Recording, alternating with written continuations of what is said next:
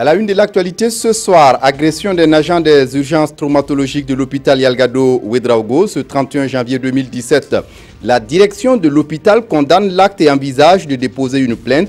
Mais au-delà, c'est la sécurité des agents de santé sur leur lieu de travail qui inquiète. Vous le verrez dans ce journal. Et puis ce désordre dans le milieu des pains imprimés du 8 mars cette année.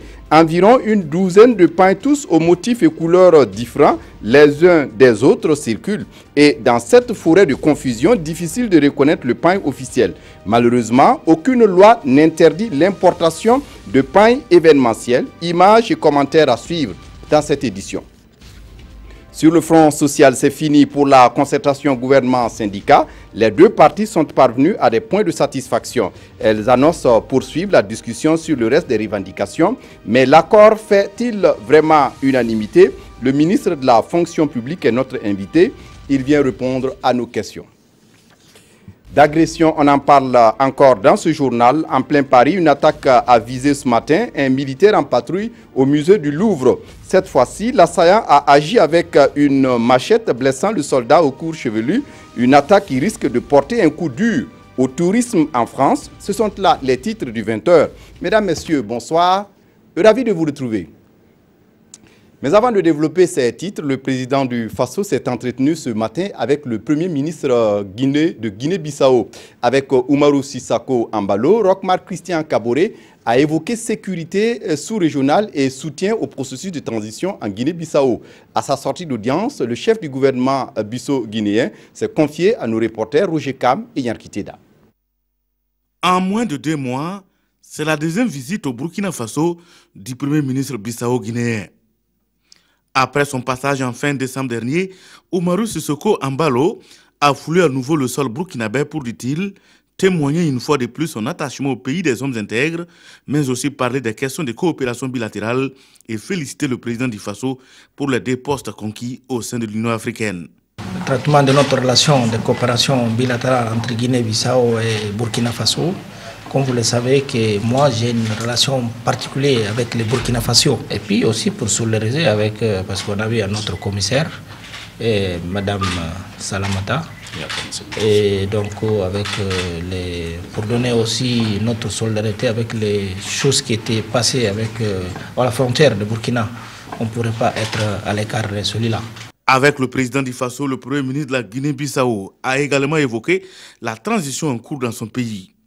Peu bavard devant les journalistes à sa sortie d'audience, il rassure tout de même, la transition bissau-guinéenne est au mieux de sa forme. En bonne forme.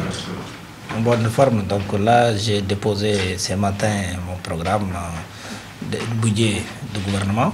J'espère que la semaine prochaine, je vais l'approuver. Donc voilà, et ça commence le décomptage. Nommé à la tête d'un gouvernement de transition pour 2 ans, afin de sortir le pays de l'impasse suite à une crise qui date de 1998, Umaru Sissoco multiplie les tournées dans la sous-région car pour lui, aucun soutien ne sera de trop pour sauver son pays.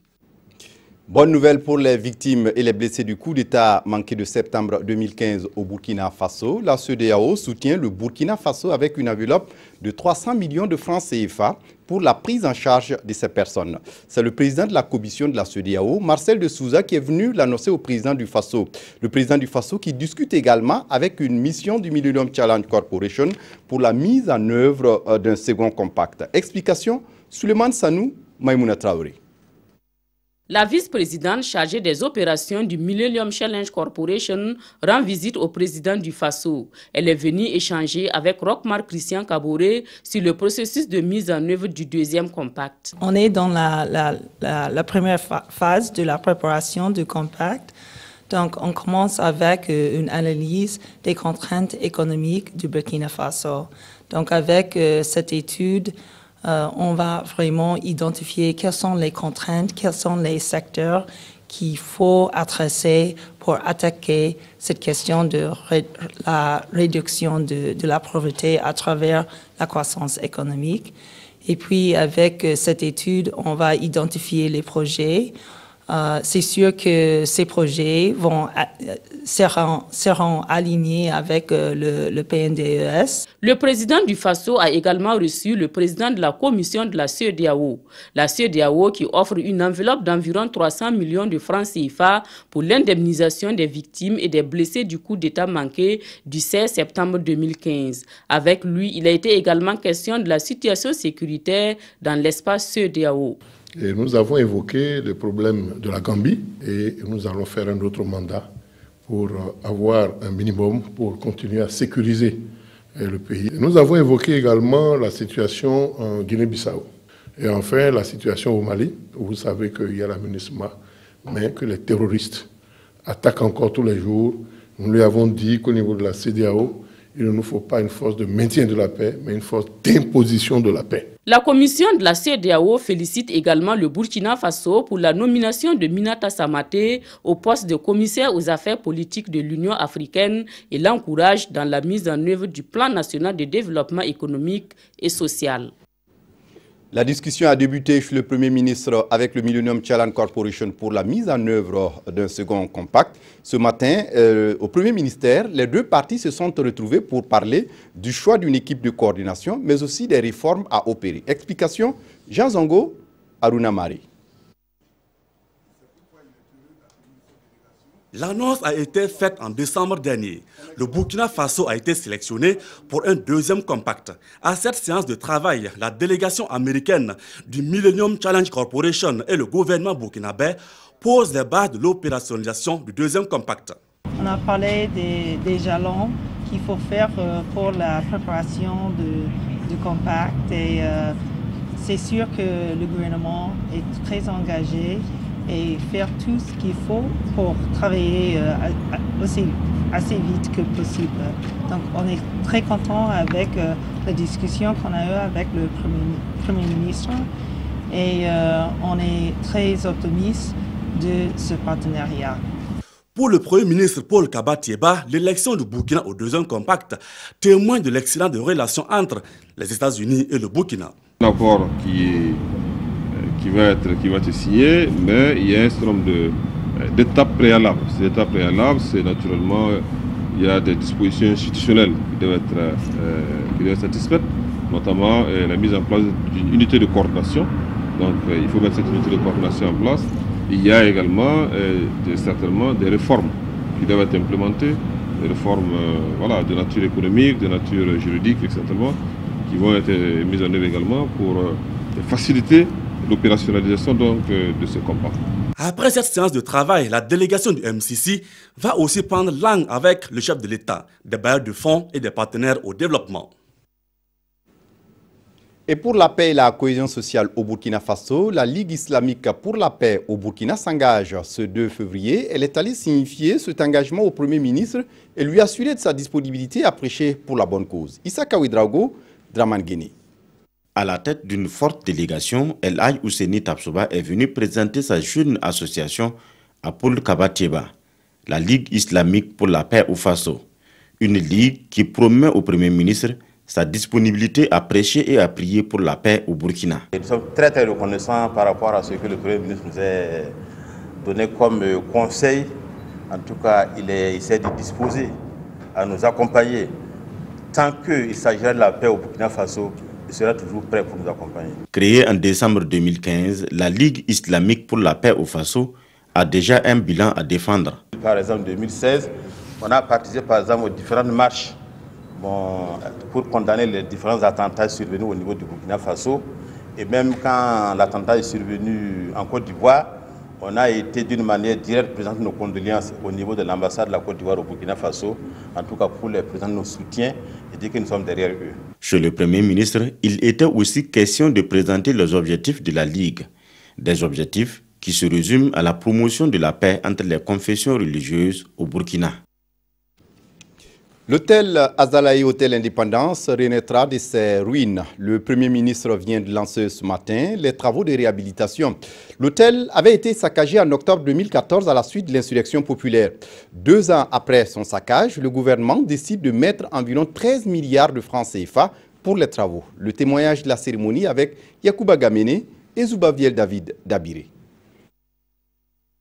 Le Premier ministre Paul Kabatieba pose ici la première pierre de réhabilitation de l'hôtel Azalaï.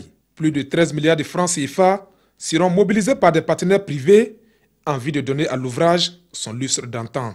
Mieux, ce projet prévoit une extension des installations actuelles avec un accent particulier sur la valorisation du patrimoine culturel burkinabé. Nous voulons garder quand même le cachet de cet hôtel parce que, comme vous le savez, c'est l'hôtel de l'indépendance où se sont passés beaucoup d'événements.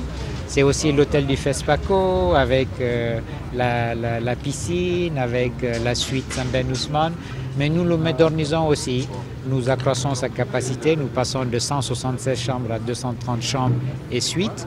Donc ça va être à la fois un hôtel moderne, mais aussi un hôtel qui garde le cachet du Burkina. Cette réhabilitation intervient dans un contexte où le secteur hôtelier traverse des moments difficiles du fait de la morosité économique et de la menace terroriste. Mais le ministre Tahirou Barry rassure, des dispositions sont déjà envisagées pour sa relance. Le gouvernement a déjà fait un effort pour l'exemption des droits de douane par rapport aux équipements sécuritaires hôteliers. Et cette mesure est déjà en cours d'exécution. Au-delà de ça, il y a d'autres actions comme celle relative à la mise en œuvre du programme Connecter mon beau pays. Et c'est un programme qui va faire la promotion de la destination du Burkina Faso. Ce projet vise à terme la création de 500 emplois directs et plus d'1 millier indirects. Toute chose qui devra contribuer à booster l'économie nationale. Aujourd'hui, vous savez, avec le lancement de ces travaux, c'est la renaissance de l'hôtel. Cette renaissance de l'hôtel coïncide également avec le lancement du plan national de développement économique et social. Ça, c'est la concrétisation, comme l'a dit le président du Azalaï Hotel, de l'engagement du secteur privé et accompagné du gouvernement pour la mise en œuvre réussie du PNDS. Dans 18 mois donc, Azalaï Hotel renaîtra de ses cendres 4 ans après son saccage lors de l'insurrection populaire. Dans l'actualité ce soir, que s'est-il passé à l'hôpital Yalgado Ouedraogo ce 31 janvier? Selon la direction de l'hôpital, le major des urgences traumatologiques a été victime d'une agression par un accompagnateur de malade. L'infirmier aurait demandé à l'accompagnant de libérer le passage de couloir. Et selon la direction de l'hôpital, la nuit dernière, 3 individus se sont acharnés sur un vigile en service. Les agents de sécurité dénoncent cette insécurité sur leur lieu de travail. Moussa Ouedraogo et Lazare Pouya sont allés comprendre pour nous. Nous sommes ici au service de traumatologie du centre hospitalier Yalgado Ouedraogo, un service qui subit ces derniers temps plusieurs sortes d'agressions, dont la dernière en date du 31 janvier 2017. En milieu de matinée, le 31, j'étais en réunion quand on est venu me dire que l'ensemble du personnel des urgences traumatologiques, avec en tête le chef de service, sont en bas et décident d'arrêter donc le travail pour cause d'agression d'un des leurs. De ce qu'on a pu m'apporter à chose, c'est qu'effectivement, cet usager s'est retrouvé dans un endroit où il ne devait pas être. Et je crois que le major, qui a été surpris de le voir à ce niveau, s'est adressé à lui en lui disant en fait que ici les accompagnants n'ont pas accès. Je ne sais pas exactement qu'est-ce qui s'est passé, toujours est-il que la réaction du passager a été assez dure puisqu'il s'est tourné et puis a naturellement serré le col et semble-t-il lui a envoyé un coup. Les agents de santé du 10 service se sont mobilisés pour arrêter le travail. L'intervention de la direction générale du CHU Yalgado Ouedraogo a permis de sauver la situation. À peine cette situation calmée, une autre agression, toujours au sein de l'hôpital Yalgado Ouedraogo, s'est produite la nuit dernière. Rien que hier encore, vers 20h30, pendant que nous étions avec nos amis de Ville-Évrard, on nous appelle en catastrophe. Là, c'est 3 personnes qui se sont acharnées sur le vigile des urgences viscérales pour les mêmes raisons. Nous avons appelé la police qui est venue, qui les a embarqués. Celui, le principal agresseur, a pu fuir, donc la police a arrêté les 2 autres. Pour l'instant, les services du CHU Yalgado Ouedraogo fonctionnent normalement, mais la direction générale interpelle les autorités sur les multiples agressions au sein de l'hôpital. Les personnes qui se livrent à ces genres d'agressions-là puissent être sérieusement traduites en justice et punies comme il se doit. Parce que moi, j'ai peur qu'un jour, on arrive à des drames. Parce que si les agents sont excédés, la tentation de se défendre va exister. Et pour éviter que cela n'arrive, il faut agir et vite. Je le disais en titre, c'est fini pour la concertation gouvernement-syndicat. Les deux parties sont parvenues à des points de satisfaction. Elles annoncent poursuivre la discussion sur le reste des revendications. Mais l'accord fait-il vraiment unanimité? Le ministre de la fonction publique est notre invité. Monsieur Clément Sawadogo, bonsoir et merci de venir répondre à nos questions. Bonsoir. Oui, l'accord entre le gouvernement et les syndicats à la suite de la rencontre gouvernement-syndicat est parvenu à des conclusions. Est-ce que vous pouvez juste revenir rapidement sur les points saillants? Oui. Je pense que déjà on peut se réjouir de ce que ce dialogue ait pu être poursuivi. Je dis poursuivi parce que c'était déjà une tradition dans notre pays depuis déjà un certain nombre d'années. Mais cette année, il est bon de dire que cette tradition a été conservée, mais consolidée aussi. Déjà, le gouvernement de la transition, en 2015, avait déjà relevé le niveau. Parce que dans le temps, c'était 4-5 ministres qui se retrouvaient avec les délégations syndicales pour cette discussion d'environ une semaine. Mais là, c'était le Premier ministre lui-même, le chef du gouvernement, avec plusieurs ministres. Et ça a été inauguré par la transition. Nous avons poursuivi cette méthodologie. Donc, le Premier ministre Tcheba lui-même y était avec plus d'une dizaine de ministres dans cette discussion. Ce qui est quand même important à signaler, montre la volonté du gouvernement d'asseoir un dialogue fécond, un dialogue sérieux, constructif avec le monde syndical. Est-ce que ce qu'on a vécu en 2016 avec les multiples grèves explique aussi peut-être ce renouement de la discussion avec le Front social? Non, comme je le disais, c'est une tradition. Donc, qu'il y ait grève ou pas, à partir du moment où le 1er mai, les organisations syndicales déposent sur la table du gouvernement un cahier de doléances, ce cahier doit être examiné et des réponses doivent être données aux différentes préoccupations. Donc, c'est pour faire suite à ce cahier de doléances que cette rencontre se tient. Donc, c'est dans l'ordre normal des choses, mais ce qui est important, c'est la manière dont ce dialogue est construit, la manière dont il est mené, avec tout le sérieux qu'il faut. Voilà, c'est ça qui est peut-être nouveau. Parce que, soit dit en passant, il y avait aussi des années, par exemple en 2013, on n'a rien pu tirer. Il n'y a presque pas eu de dialogue de ce type et on n'a pratiquement rien tiré. Donc, on peut se réjouir de cela. Maintenant, pour revenir au contenu des échanges, c'était quand même des échanges assez intenses, puisque dans un premier temps, nous avons fait le point de l'exécution des engagements du gouvernement que le gouvernement avait pris en fin 2015. Donc, ces engagements ont été exécutés au cours de l'année 2016 et comme vous l'avez constaté, les syndicats eux-mêmes ont reconnu les efforts du gouvernement pour mettre en œuvre ces engagements. Je citerai notamment l'opérationnalisation de la loi 81, la nouvelle loi qui régit la fonction publique d'État, la baisse des prix des hydrocarbures, l'adoption d'une loi qui régit la fonction publique territoriale. Tout ça, ça faisait partie des 10 engagements. Tout n'a pas été exécuté, mais on convient quand même qu'il y a eu des efforts substantiels qui ont été faits. Les syndicats annoncent une vingtaine de points satisfaits sur une cinquantaine attendus. Et c'est comme si c'est une satisfaction en demi-teinte. Non, on ne peut pas présenter les choses comme ça. La plateforme revendicative des syndicats contient 56 points. Mais en réalité, il s'agit de toutes les questions qui ont trait à la vie des Burkinabés, aux conditions de vie des Burkinabés, aux conditions de travail, pas seulement d'une catégorie de travailleurs, mais y compris les questions de l'agriculture, les questions de l'élevage, les questions du foncier, les questions donc, j'allais dire, qui embrassent tous les segments de la vie politique, économique et sociale de notre pays. Donc, ce ne sont pas des revendications particulièrement attribuables aux syndicats organisés qui organisent généralement les travailleurs du public et du privé. Donc, à l'intérieur de cela, il y a des points spécifiques qui font l'objet d'une négociation particulière. C'est cette négociation-là qui donne lieu à des engagements que le gouvernement prend pour soit réaliser en urgence un certain nombre de choses ou encore prendre en compte une demande insistante des syndicats. Donc, il y a une plateforme de 56 points, mais ces 56 points trouvent des réponses dans la mise en œuvre du programme normal du gouvernement. Donc, on ne peut pas dire qu'il y a seulement 17 points qu'on a accordés sur les 56 points. Non, pas du tout.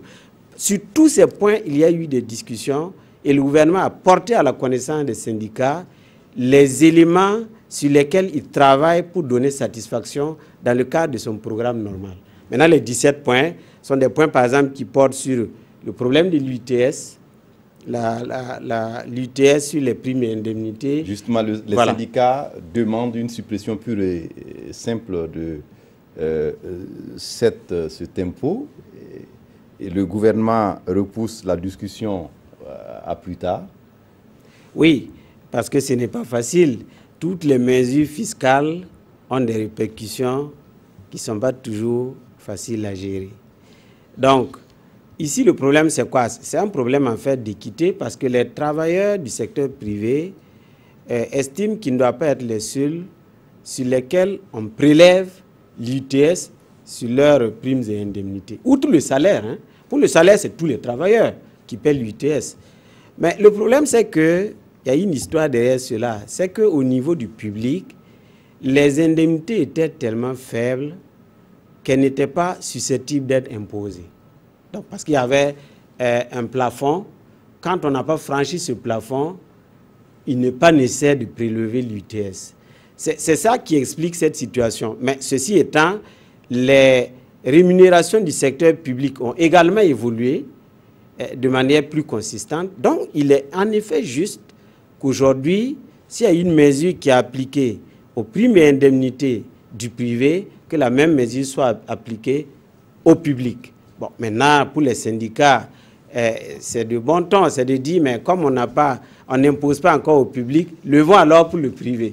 Bon, mais le gouvernement doit regarder en profondeur tous les tenants et les aboutissants. Vous savez, l'impôt, personne n'aime payer l'impôt. Dans tous les pays du monde, c'est comme ça. Bon, mais il faut quand même regarder, peut-être sérieux, faire la part des choses entre ceux qui perçoivent des indemnités substantielles, ceux qui perçoivent des primes et indemnités qui ne sont pas très, très énormes. Donc, peut-être faire la part des choses, voir aussi l'incidence sur les finances publiques et prendre finalement une décision. Donc, c'est ce sur quoi je pense le gouvernement va travailler dans ces prochaines semaines. Monsieur le ministre, est-ce que vous avez le sentiment que effectivement le dialogue est vraiment maintenu avec les syndicats et que de part ou d'autre, il y a la confiance qui règne? Oui, moi je pense que le dialogue auquel nous avons assisté a été un très bon dialogue. Vous les avez suivis eux-mêmes, ils ont dit, on n'est pas totalement satisfait, mais on est partiellement satisfait. Bon. À chacun de comprendre comme il l'entend. Est-ce que le verre, on le considère comme à moitié plein? Est-ce qu'on le considère comme à moitié vide? Bon, c'est selon. Mais nous considérons qu'eux-mêmes, ils ont dit, pour nous, le verre est à moitié plein. Voilà. Donc, cela montre que tout de même, ils ont reconnu les efforts du gouvernement. Il y a encore, bien sûr, des préoccupations énormes. Nous sommes dans un pays où, dans tous les secteurs de la vie nationale, il y a des préoccupations. Donc, il est tout à fait normal que, bien sûr, tous les Burkinabés partagent aussi la condition du peuple burkinabé. Ça, c'est tout à fait normal. Donc, ce que le gouvernement doit faire, c'est améliorer toujours, autant que faire se peut, en tenant compte, bien sûr, de tous les Burkinabés, de toutes les préoccupations de tout le monde. Et j'allais dire, puisque vous posez la question sur le dialogue social, que l'une des mesures que le gouvernement a annoncées aux syndicats, c'est que dans les toutes prochaines semaines, il va être créé une institution permanente pour le dialogue social. Ça, c'est important. Le Premier ministre l'avait déjà annoncé, mais nous avons travaillé sur les textes. C'est fin prêt, c'est sur la table du gouvernement. Et ça peut être quand même une marque importante, une étape très importante qui pourrait être franchie en matière de dialogue social dans notre pays et pour la paix sociale dans notre pays. Merci à vous, Monsieur le ministre de la fonction publique, d'être venu répondre à nos questions. Je rappelle que nous avons échangé sur la concertation gouvernement-syndicat pour le compte de cette année. Merci d'être venu. Merci à vous également. Et pour la suite du journal, tous ceux qui souhaitent cette année offrir un pain 8 mars à une femme éprouveront des difficultés sérieuses. Une confusion sans précédent dans l'offre de proposition des pains du 8 mars cette année. Environ une douzaine de pains imprimés sur le marché, sans compter le pain Faso d'Anfani. Des pains de différentes couleurs et aux thèmes parfois contradictoires. Seulement, aucune loi n'interdit l'importation de pain. Et le gouvernement est donc interpellé. On essaie de comprendre avec Konsoum Koulibaly et Oumou Sissé. Une douzaine de types de pagnes imprimés pour la seule fête du 8 mars 2017. Du jamais vu depuis 2001, début du partenariat entre le ministère en charge de la promotion de la femme et Savatex. Des pagnes de différentes couleurs arborant différents thèmes. Des thèmes inventés, des thèmes reconduits comme celui de 2016 et même des thèmes qui portent atteinte aux droits de la femme et de la jeune fille. Le thème qui a été choisi pour la commémoration de la Journée internationale de la femme 2017, c'est la valeur morale de la personne humaine, la responsabilité des communautés dans la lutte contre l'exclusion sociale des femmes. Il y a des pains imprimés sur lesquels il y a des thèmes qui sont un peu en porte-à-faux avec la vision même du ministère de la Femme.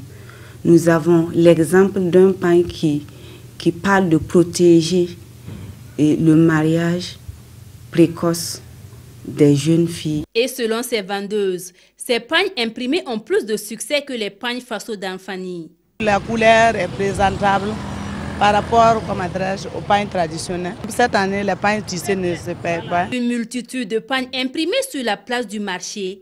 Certaines clientes sont perdues. Ça vaut au moins 9. Et je crois quand même que les autorités doivent revoir ça pour quand même nous aider, nous les femmes. Nous voulons quand même fêter notre fête, mais il ne faudrait pas que ça soit comme ça.